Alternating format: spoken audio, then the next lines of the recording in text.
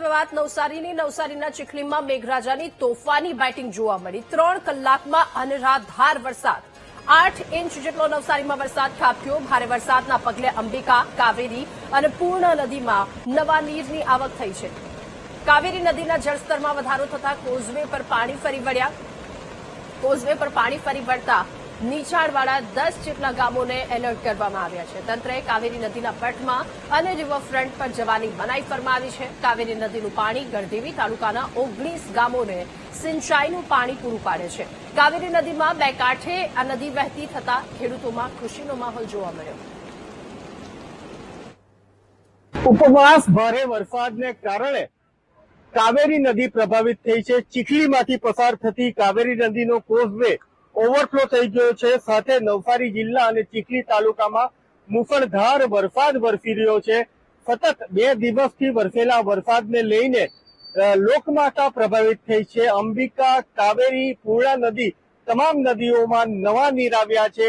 અહીં દેખાઈ રહ્યો છે ચીખલી તાલુકામાંથી પસાર થયેલો કોઝવે જે કાવેરી નદી પર આવેલો છે.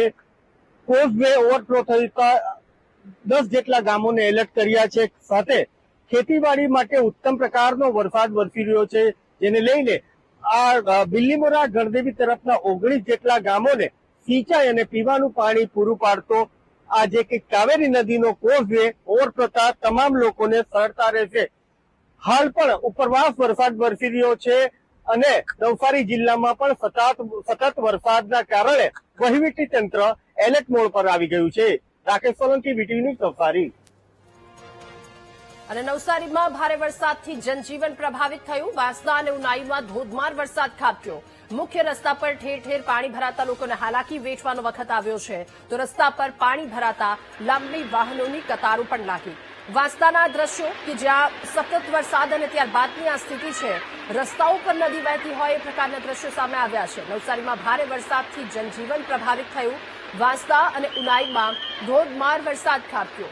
મુખ્ય રસ્તા પર ઠેર ઠેર પાણી ભરાતા રાહદારીઓ, વાહન ચાલકો મુશ્કેલીમાં મુકાયા છે અને વાહનોની લાંબી કતારો પણ લાગી છે. અલગ અલગ 2 જગ્યા પરના ટીવી સ્ક્રીન પર દ્રશ્ય જોઈ રહ્યા છો. એક તરફ નદીઓ બે કાંઠે વહેતી થઈ નદીઓ ભયજનક સ્તરથી ઉપર વહી રહી છે અને બીજી તરફ એ રોડ રસ્તાના દ્રશ્યો. વધુ માહિતી મેળવીશું. સંવાદદાતા રાકેશ આપણી સાથે ફોન લાઈન પર જોડાયા. રાકેશ, નવસારીમાં સતત વરસાદ, હાલની શું સ્થિતિ? જી રાકેશ. સમગ્ર નવસારી જિલ્લામાં વરસાદ સાથે વાપી તાલુકામાં પણ ધોધમાર અને મુસળધાર વરસાદ વરસી રહ્યો છે, જેની સીધી અસર શામળાજી હાઈવેને પણ થયો છે. શામળાજી હાઈવે નંબર 56 પર મુખ્ય માર્ગ પર પાણી ભરાઈ ગયા છે. સાથે સાથે જે કે ઉનાઈ યાત્રાધામ છે, ઉનાઈ યાત્રાધામ મંદિર પાસે પણ પાણીની ચાદર પથરાઈ ગઈ છે, જેને લઈને વાહન ચાલકો અને જે કે મુસાફરો છે સાથે સ્થાનિકોમાં મોટી અગવડતાનો સામનો કરવો પડી રહ્યો છે. ખાસ વાત કરવામાં આવે તો ધારાસભ્ય અનંત પટેલ, જે વાપસાના ધારાસભ્ય છે, તેમના ઘર નજીક પણ પાણીના જે કે વરસાદી પાણી ભરાઈ ગયું છે, તેને કારણે અવર જવરમાં મોટી નુકસાની વેઠવાનો વારો આવ્યો છે.